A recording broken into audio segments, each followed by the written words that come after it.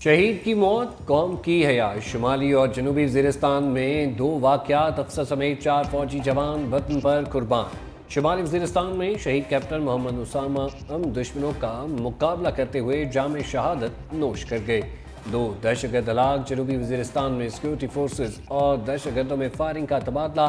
3 बहादुर फौजी जवानों ने शहादत को गले लगाया।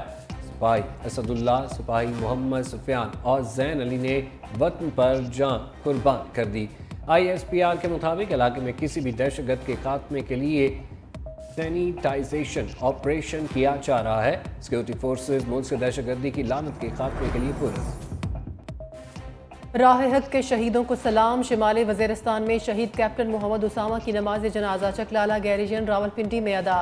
वज़ीर आज़म शहबाज शरीफ, वज़ीर दिफा Khawaja Asif, army chief general Asim Munir, हाजिर सर्विस और रिटायर्ड फौजी अफसरान और शहीद के वरसा की शिरकत। पाक फौज के चाको चौबंद दस्ते की शहीद को सलामी। वज़ीर आज़म और आर्मी चीफ ने जनाजे को कंधा दिया। वज़ीर आज़म की अहल खाना से मुलाकात। कहा, ये कुर्बानियाँ पुरअमन और खुशहाल पाकिस्तान के लिए हमारे आज़म की तस्दीक करती हैं।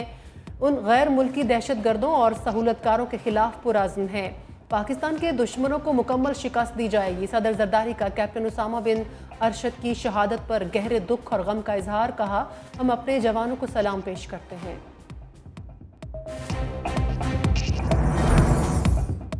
बानी तहरीक इंसाफ पर कानून की सख्त पकड़। 9 मई के 3 मुकदमात में बाद अज़ गिरफ्तारी जमानत खारिज। लाहौर की इंसदाद दहशतगर्दी अदालत के जज ने इस्तफसार किया, बानी PTI के वकला कहाँ हैं। वकील ने बताया कि सलमान सत्तर इस्लामाबाद में हैं। उनके जूनियर एडवोकेट अदालत आए थे, अब वो कमरा अदालत में नहीं। जज खालिद अरशद की प्रोसिक्यूशन को बानी के वकील से रब्ता करने की हिदायत, मुख्तसर फैसला सुना दिया।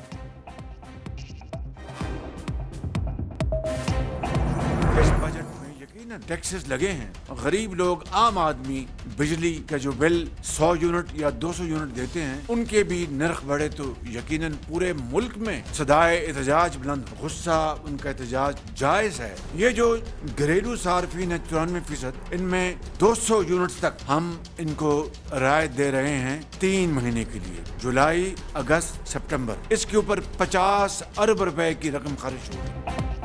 200 यूनिट वाले 3 माह के लिए महंगाई के करंट से महफूज। हुकूमत ने कीमत बढ़ाने का फैसला वापस ले लिया। वज़ीर आज़म शहबाज शरीफ ने मीडिया से गुफ्तगू में कहा, 200 यूनिट्स वाले बिजली सार्फिन को जुलाई से सितंबर 3 माह के लिए रियायत दे रहे हैं। 94% घरेलू सार्फिन को फायदा होगा। हमने सियासत को दाव पर लगाकर रियासत को दिवालिया होने से बचाया। 90 दिन में करप्शन का खात्मा करने का दावा करने वालों ने करप्शन के रिकॉर्ड तोड़े। पिछली हुकूमत की करप्शन की वजह से IMF के पास जाना पड़ा। हुकूमती इदारों में डाउन साइजिंग शुरू कर दी गई। वक्त आ गया है जो दौलत से माला माल है वो कुर्बानी दे। तनख्वाहदार तबके पर टैक्स लगा जिस पर उन्होंने जायज एहतजाज किया। हमने पहली बार अशराफे पर टैक्स लगाया।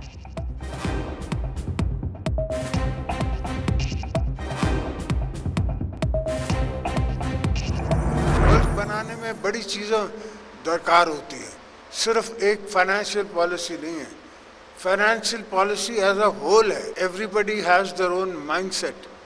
हमारे माइंडसेट में agro farming, agro industries, agro future. कुछ दोस्तों को एग्रीकल्चर सोच समझ नहीं आती, अब वो और भी इनकम टैक्स लगाने जा रहे हैं।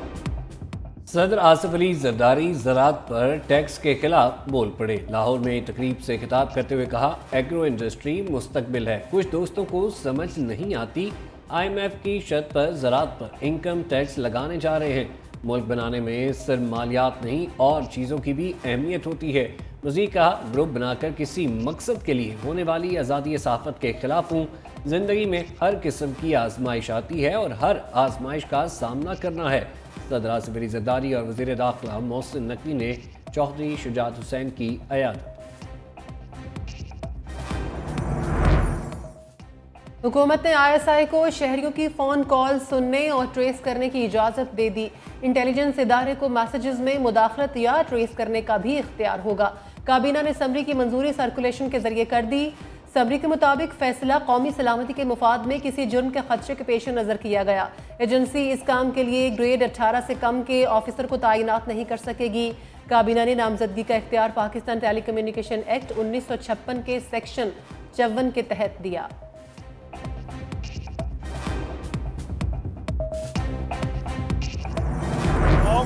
2007 के पीएम शहबाज शरीफ और उसकी डफर हुकूमत और डफर्स ने खुद अपना ब्लेड लेके अपनी शारागाज काटी है, फांसी के फट्टे पे चढ़ के इन्होंने फंदा अपने गले पे डाला। यही वो काला कानून होगा जिसके जरिए ये मुस्लिम लीग नून की हुकूमत और पीपल्स पार्टी की हुकूमत जेल में बैठे होंगे।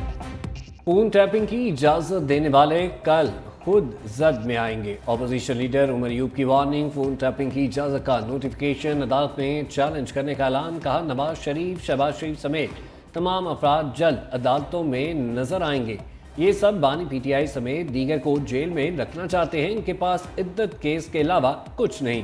पीटीआई हुकूमत में यूनिट 17 रुपए का था, इस हुकूमत में 100 रुपए तक जाएगा।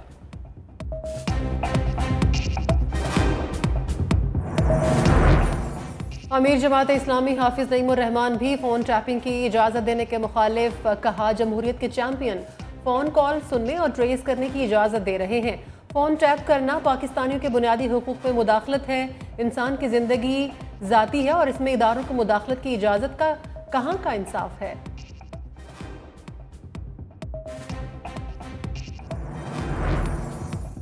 मकसूद नशिस्तें हुकूमत के पास रहेंगी या अपोजिशन को मिलेंगी, फैसला महफूज। तमाम के दौरान चीफ जस्टिस काजी फायज ईसा ने रिमार्क्स दिए। मुतनासिब नुमाइंदगी के हिसाब से सुन्नी इत्तेहाद कौंसिल को 0 नशिस्त मिलनी चाहिए। सुन्नी इत्तेहाद के वकील ने कहा इलेक्शन कमीशन ने बलूचिस्तान अवामी पार्टी से मुतालिक बेईमानी पर मबनी जवाब जमा कराया। 2018 में बीएपी ने कोई सीट नहीं जीती लेकिन 3 मकसूद नशिस्तें मिली। चीफ जस्टिस ने रिमार्क्स दिए कि आप चाहते हैं अदालत बीएपी को मकसूद नशिस्त देने का जुडिशल नोटिस ले। आप चाहते हैं अदालत 2018 के इंतखाबात खोल दे। सुन्नी इत्तेहाद की कोई जनरल सीट नहीं तो आपके दलाइल के मुताबिक मकसूद नशिस्त कैसे मिल सकती। फैसला महफूज करते हुए चीफ जस्टिस ने कहा फैसले से मुतालिक आपस में मुशावरत करेंगे। कब सुनाया जाएगा अभी कुछ नहीं कह सकते।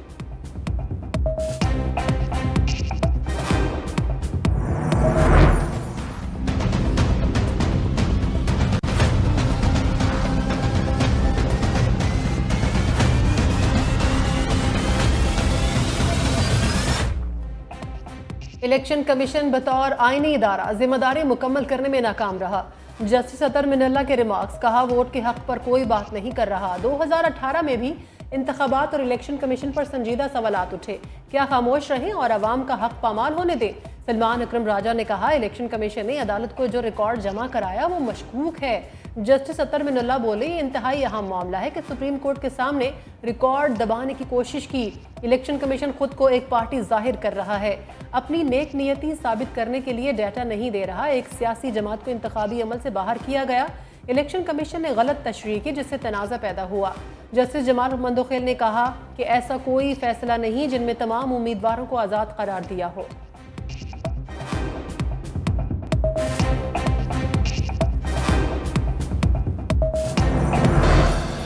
मकसूद नशिस्तें कानून के मुताबिक ही मिलेंगी। बैरिस्टर गौहर पुरुमीर सुप्रीम कोर्ट के बाहर मीडिया से गुफ्तगू में कहा किसी भी जमात को जीती हुई नशिस्तों से ज़्यादा सीटें देना आइन के खिलाफ है। उम्मीद है 3 दिन में फैसला आ जाएगा। सलमान अकरम राजा ने कहा अवाम के फैसले और आवाज़ को दबाने की कोशिश की गई। हम अवाम का मुकदमा लेकर सुप्रीम कोर्ट में आए। कमर शो से बोली हमारी सीटें माले गनीमत की तरह बांटी गई। उम्मीद है हमारा हक हमें वापस मिलेगा। हुकूमत भी मकसूद नशिस्तों के फैसले की मुंतज़िर। मशीर बराए कानून और इंसाफ बैरिस्टर अकील मलिक ने न्यूज़ कॉन्फ्रेंस में कहा सुन्नी इत्तेहाद कौंसिल को सीटें क्यों दी जाएं। सरबराह सुन्नी इत्तेहाद कौंसिल ने खुद अपनी पार्टी के प्लेटफॉर्म से इलेक्शन नहीं लड़ा।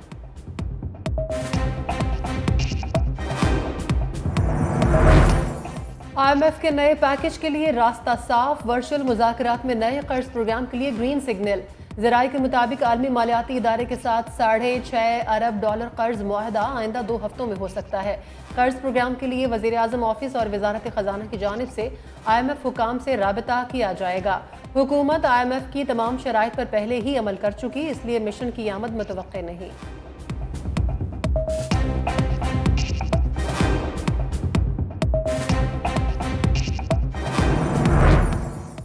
मिफ्ताह इस्माइल बिजली यूनिट पर हुकूमत के हिसाब किताब से नाखुश। कहा गरीब सारिफ को मराद और दीगर बोझ डालने का हुकूमती फैसला नाकाबिले फहम है। मिडिल क्लास और तनख्वाहदार तबके पर दूसरों को सब्सिडी देने की जिम्मेदारी क्यों डाली जा रही है।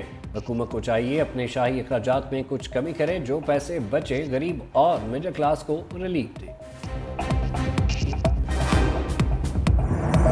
और शख्स हमने भी गिरफ्तार किया, बासित ख्वाजा, कराची के एक पोश इलाके में अपार्टमेंट में रहता था और वहीं से वो ड्रग्स के पूरे जो है कार्टेल चला रहा था और एक्साइज की कस्टडी में था, तो हमें पता था कि जो अरेस्ट है। एक्साइज डिपार्टमेंट को नोटिस ही नहीं हुआ, 3-4 दिन पहले वो शख्स पकड़ा गया, उसकी जमानत होगी। ये बहुत ही अफसोस की बात है, रंगे हाथों पकड़ा गया, उसने एडमिट किया यहाँ पे। आप कम से कम डिपार्टमेंट को आगाही तो दें कि जी आप किसी का जमानत का केस सुन रहे हैं, और ताकि जो है हम अपने शवाहिद पेश कर सकें। महकमा नारकोटिक्स सिंध जो है वो फुल डेडिकेशन के साथ मंशियात के खिलाफ इस जंग और जहाद को जारी रखें। सीनियर वजीर सिंध शर्जील मेमन का मुनशियात फरोशों की जमानत पर शिकवा। कहा, मुनशियात फरोशी में मुलव्वस मुलजिम को रंगे हाथों गिरफ्तार किया।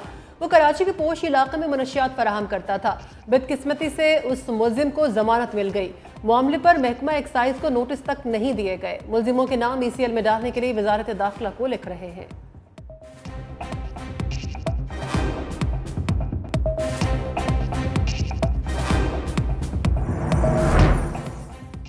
इद्दत के दौरान निकाह को गलत बयानी करके क्यों छुपाया गया? निकाह के लिए इतनी जल्दी क्यों थी? खावर मानिका ने नए सवालात उठा दिए। मीडिया से गुफ्तगू में खावर मानिका ने कहा, घर भी मेरा उजड़ा, सोशल मीडिया पर मनफी मुहिम भी हमारे खिलाफ चलाई गई। दूसरी जानिब खावर मानिका की 1 माह में अपील का फैसला करने के खिलाफ दरख्वास्त खारिज। इस्लामाबाद हाईकोर्ट ने इद्दत केस अपीलों पर 12 जुलाई तक फैसला करने का फैसला बरकरार रखा।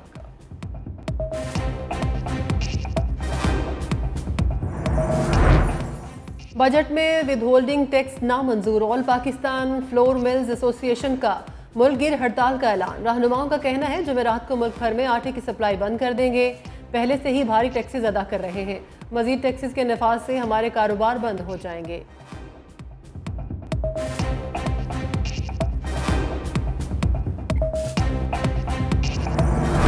मैट्रिक के नताइज से कहीं खुशी कहीं गम। पंजाब भर के तालीमी बोर्ड्स का इम्तिहानी नताइज का ऐलान। भावलपुर बोर्ड के आकाशा तारिक ने 1193 नंबर लेकर सूबे भर में पहली पोजीशन हासिल की। मुल्तान बोर्ड में पहली पोजीशन लेने वाले हंस नवीद के 1191 नंबर।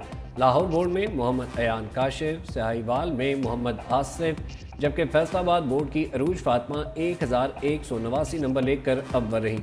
डीजी खान बोर्ड की मारिया बिनते अब्दुर्रहमान और सरगोदा बोर्ड के मोहम्मद अली अब्दुल्ला 1187 नंबर के साथ अव्वल रहे।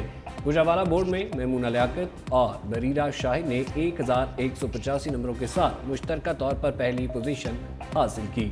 रावलपिंडी बोर्ड में पहली पोजीशन इकरा सलमान के नाम है।